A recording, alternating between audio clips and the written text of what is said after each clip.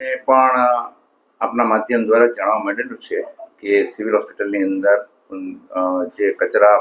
ટોપલીઓ હતી ત્યાં ઉંદર આટા મારતા હતા અને એની વિગતે તપાસ કરતા પ્રાથમિક રીતે જે જાણવા મળ્યું છે તે ઉંદર ત્યાં હતા અને એ ન હોવા જોઈએ અને એ બાબત સાચી છે અને છતાં આપના દ્વારા જે ધ્યાન આપવામાં આવ્યું છે એની અંદર ઉકેલ ના આનો યોગ્ય ઉકેલ આવે દર્દીની સાથે સંકળાયેલો અને આ ચેપ પણ થતું હોય છે એવું થતું હોય છે અને એને કારણે આ ઉંદરની બાબતની અંદર સિવિલ હોસ્પિટલની અંદર કુલ 25 એકરની અંદર વિસ્તારની અંદર ફેલાયેલી આ સિવિલ હોસ્પિટલની અંદર અંદાજિત મારી પાસે જે માહિતી છે એ પ્રમાણે લગભગ 2,13,000 સ્ક્વેર ફૂટના એરિયાના બાંધકામ ધરાવતી અવડી મોટી સિવિલ હોસ્પિટલની અંદર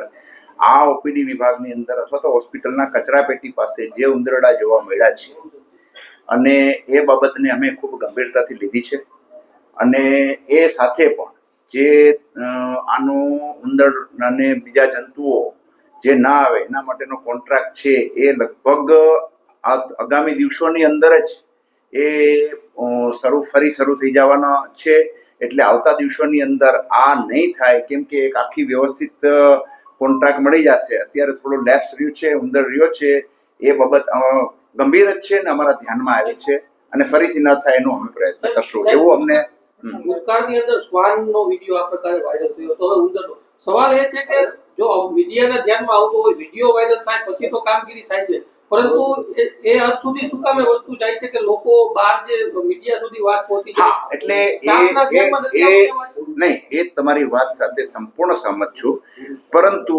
આને લીધે જ અત્યારે જે રીતે આપણો દેશ વિકાસ પામી રહ્યો છે અને નવી હું એમ કહું છું કે જેટલી પણ ભૂલો નીકળતી હશે એને કોઈ ઠાક વિછોડા કરવાની કોઈ જરૂર નથી.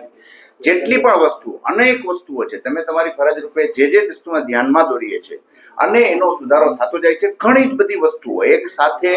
આ સોશિયલ મીડિયાના જમાનાને કારણે એની ક્વોલિટીનું ઇન્વોલ્વમેન્ટ અને ઇવોલ્વમેન્ટ એને કારણે ખૂબ સારું થઈ રહ્યું છે અને એ જ્યારે આંસો પહેલા જ્યારે સંડાસ બાથરૂમની અંદર પણ ચોખ્ખાઈ નથી પણ આજે બધા જ લોકોને ખ્યાલ આવી જાય છે કે સિવિલ હોસ્પિટલની અંદર જે લોકોને ખ્યાલ હશે કે કેટલા ગંદા સંડાસ બાથરૂમ પડ્યા રહેતા હતા આજે તમે જુઓ તો રિઝનેબલી બગાડવા વાળા દર્દીને હોય છે એના કરતા પણ એ ખૂબ ચોખ્ખાઈ વાળો